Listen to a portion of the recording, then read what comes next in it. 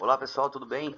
Vamos trabalhar hoje a logística reversa e a evolução da gestão do resíduo sólido urbano, com foco em embalagens pós-consumo no estado de São Paulo, no 13º Fórum da Alta Paulista, né? Com os integrantes da pesquisa César Augusto Della Piazza, Fernando Lucas Lopes e Luiz Fernando Quintino, né? Nós viemos trabalhando aí, buscar demonstrar de uma maneira qualitativa quais foram os progressos recentes no que se pese a logística reversa de embalagens de pós-consumo no estado de São Paulo, né? E como isso se deu no que se pese a relação de responsabilidade compartilhada entre o governo, indústria e sociedade para colocar em prática esse mecanismo de trabalho que busca aí a promover a sustentabilidade ambiental nos diversos meios produtivos e de consumos existentes no momento no estado de São Paulo. Bom, a Política Nacional de Resíduo Sólido é uma política que estabelece uma comunicação entre a empresa, sociedade e os governos, de forma a buscar com que todos os fabricantes distribuidores deem destinação final adequada ao seu resíduo, né?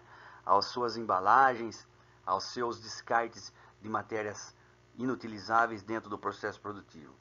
Então essa lei que foi articulada em 2010, ela vem aí buscando trabalhar acordos setoriais para que isso ocorra de maneira efetiva e que a sociedade consiga, com isso, reduzir o seu impacto ambiental, as suas influências ambientais no que se pese ao seu estilo de vida, ao seu consumo, né? No que se pese ao alto consumo existente na sociedade em produtos, em determinadas matérias-primas do meio ambiente, que faz com que o ambiente entre em maior deterioração do que normalmente ocorre. Nós vemos então aí que esses termos e esses compromissos aí vão tentar buscar aí um acordo para que se reduza as suas influências ou impactos ambientais no meio ambiente. A metodologia usada foi a qualitativa, foi uma pesquisa descritiva que buscou aí analisar aí as medidas colocadas em práticas aí ao longo do tempo no estado de São Paulo.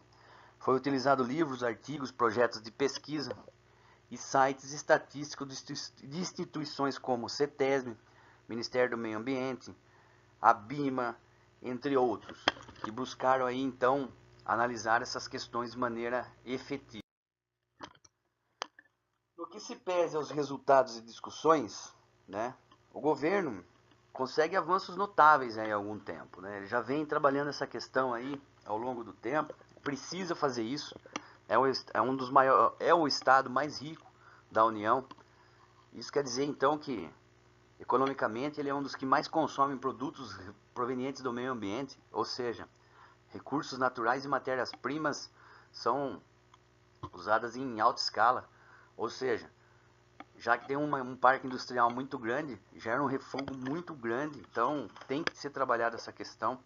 Então o Estado aí está buscando com os municípios fazerem aí a redução e colocar novamente dentro da cadeia produtiva os produtos que são descartados de maneira aí a irem a lixões permanentes, né?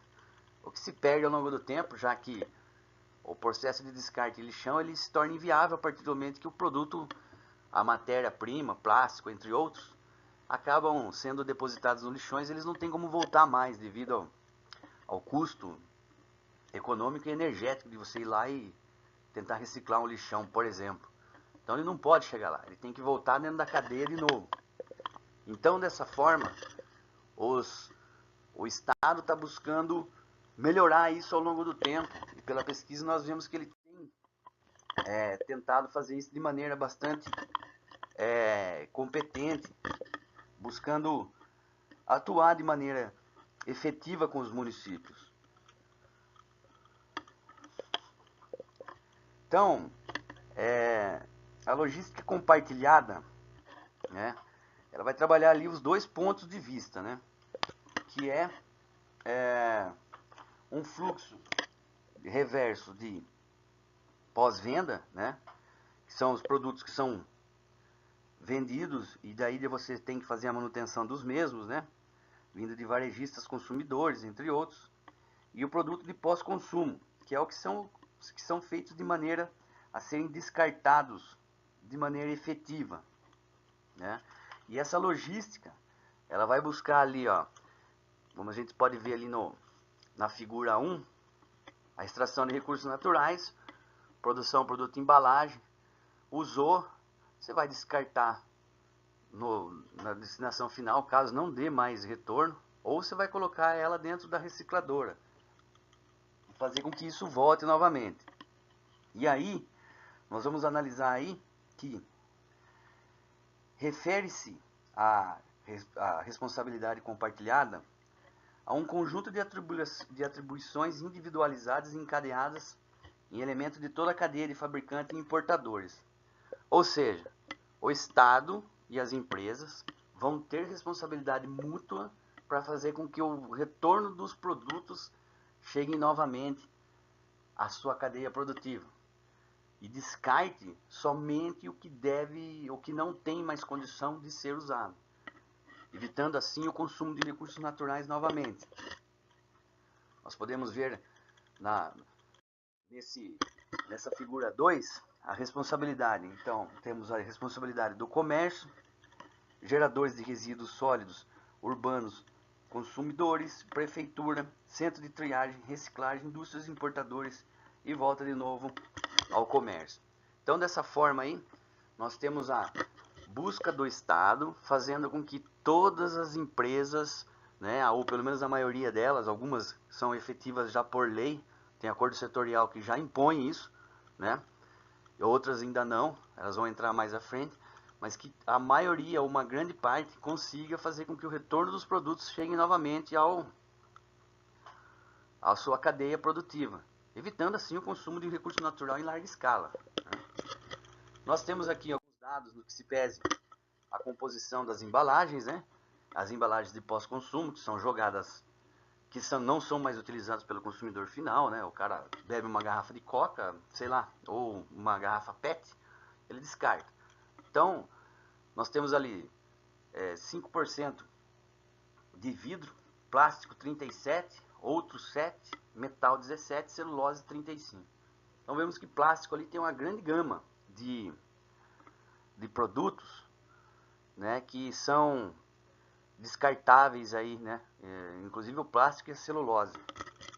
Se a gente for ver por segmento, nós temos um segmento do vidro, 9%, plástico 30%, ainda continua alto, madeira 18%, metal, papelão. Então plástico e papel é o que mais se descarta. Inclusive plástico, né? Que é um grande problema ambiental, o plástico, já que ele se degrada ao longo de quase 100 anos, 100, 150 anos. Isso quer dizer que todo o plástico produzido no planeta ainda não foi degradado, né? Nós temos muitas questões de plástico ser descartados no oceano, os animais estarem consumindo esses plásticos, e a gente está consumindo de tabela alguns plásticos vindo dentro desses animais, inclusive animais no que se pesem a quem se alimenta de frutos do mar, né? Então, o plástico ele está se tornando um problema, só que ele, no meu ponto de vista, ele é um problema completamente irresolvível, já que você não precisa jogar ele fora, ele é muito útil no que se pese. Existem prédios, por exemplo, que foram desenvolvidos na Coreia do Sul, que servem para eventos, né, que foram feitos de garrafa PET. Então eles são desmontáveis e montáveis. São imensos. E eles são desmontáveis e montáveis. Os caras fizeram o prédio completamente de garrafa PET. Então é um produto que falta um maior empenho da sociedade e do poder público. É os dois que faltam, não é só um. E das empresas, melhor dizendo. São os três setores, né? Eu não vejo que é só um que precisa tomar atitude, são os três. Então, falta um empenho maior, no meu ponto de vista, a isso, que as pessoas tenham uma consciência de fazer a sua coleta, a sua reciclagem na sua própria casa.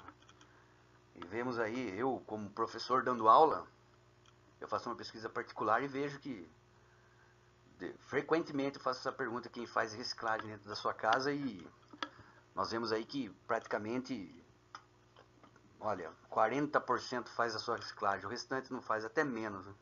Acho que é uns 30%, vou dizer uns 30% faz. Enfim, pelos segmentos que a gente vê, o papelão e o plástico aí estão sendo colocados bastante em evidência. Nós temos então uma resolução número 38 de 2011, que trabalha a questão das embalagens plásticas, metálicas e vidros, né?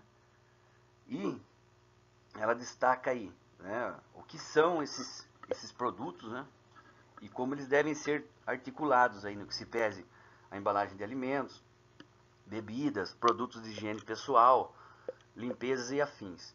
Óleos lubrificantes, né, que é um grande problema. Óleo comestível polui demais a água, muito pouco polui muito. Pilha e bateria, que tem produtos químicos altamente danosos à saúde.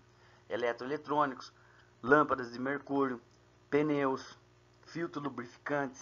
Então, essa lei, ela trabalha de forma a trabalhar essas questões das embalagens e coloca também uma obrigatoriedade de reciclagem desses produtos aí de óleo lubrificante, óleo comestível, filtro de óleo, entre outros ali que a gente está vendo nesse gráfico, nesse quadro 1 aí, em que podemos ter, já sabemos de antemão, né? São produtos bastante danosos às questões de saúde humana.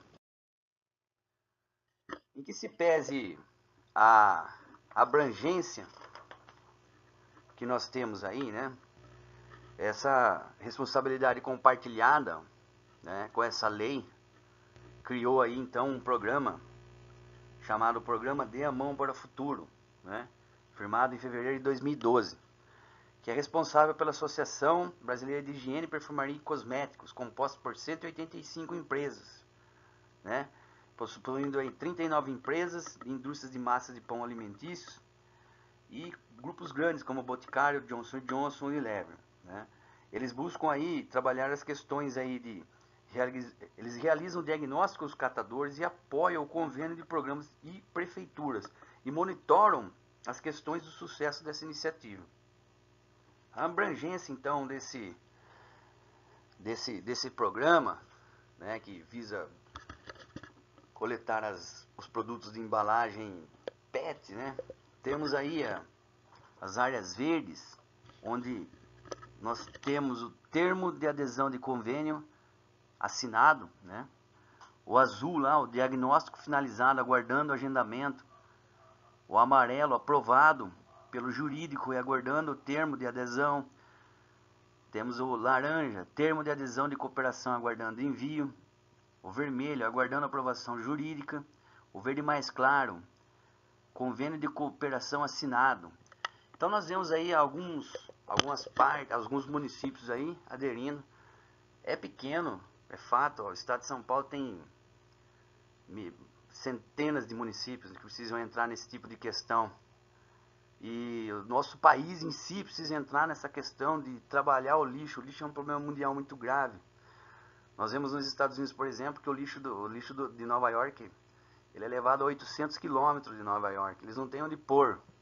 E ele vai se tornar um problema muito grave daqui. O país nosso é grande. Esse que é o que dá a margem de segurança nossa, né? A gente pode depositar o lixo onde onde nós podemos articular lugares para depositar o lixo ainda.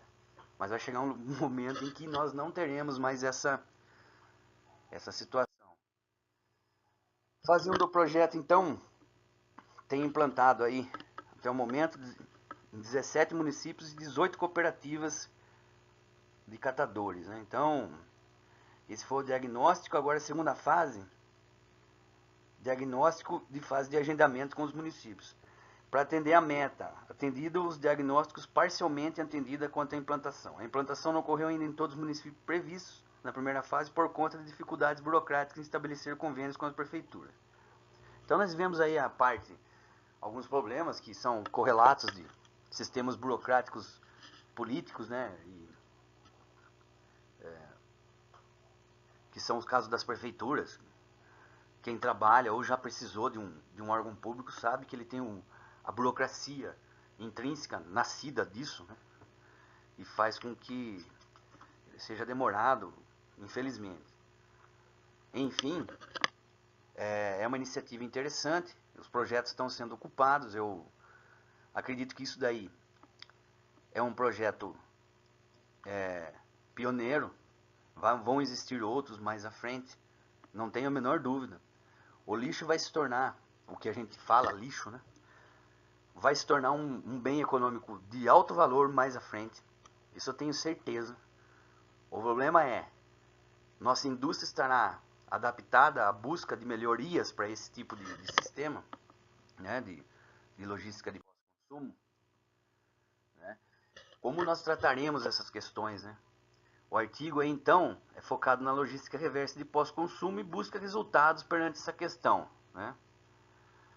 Se nós tivermos que implantar essas cooperativas, tomaram que nós teremos que ter questões analisadas de maneira mais efetiva, já que ao longo do tempo as questões de problema do lixo vão ficando cada vez mais problemáticas e as atitudes vão ter que ser mais radicais depois. Ao invés de nós tomarmos experiências anteriores e irmos por meio mais cadenciado buscar métodos inovadores para isso, né? Nós estamos aí ainda trabalhando com pouca coisa, né? Os agentes, então, beneficiados são todos nós, se nós conseguimos com essa colaboração de redução do lixo, né? Ou dos produtos do lixo. Eu não vejo nem a palavra lixo mais, eu vejo como produtos vindo de pós-consumo, é bem essa palavra. Você, em vez de jogar, você coloca ele na cadeia de novo.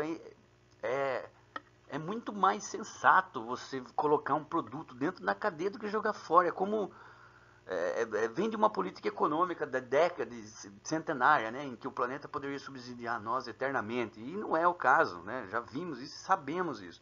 O problema é nós mudarmos esse conceito e entendermos que o planeta é finito e temos no momento só ele. Não conseguimos chegamos na Lua no máximo, né?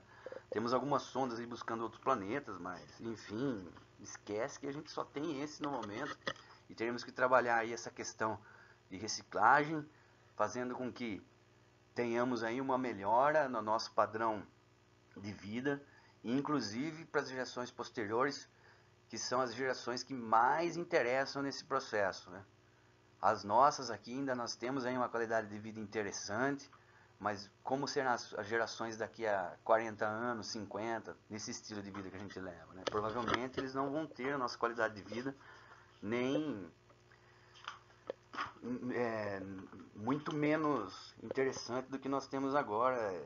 Isso é fato, não tem, é inquestionável. Então precisamos aí tomar medidas para que isso seja trabalhado de maneira mais mais eficiente.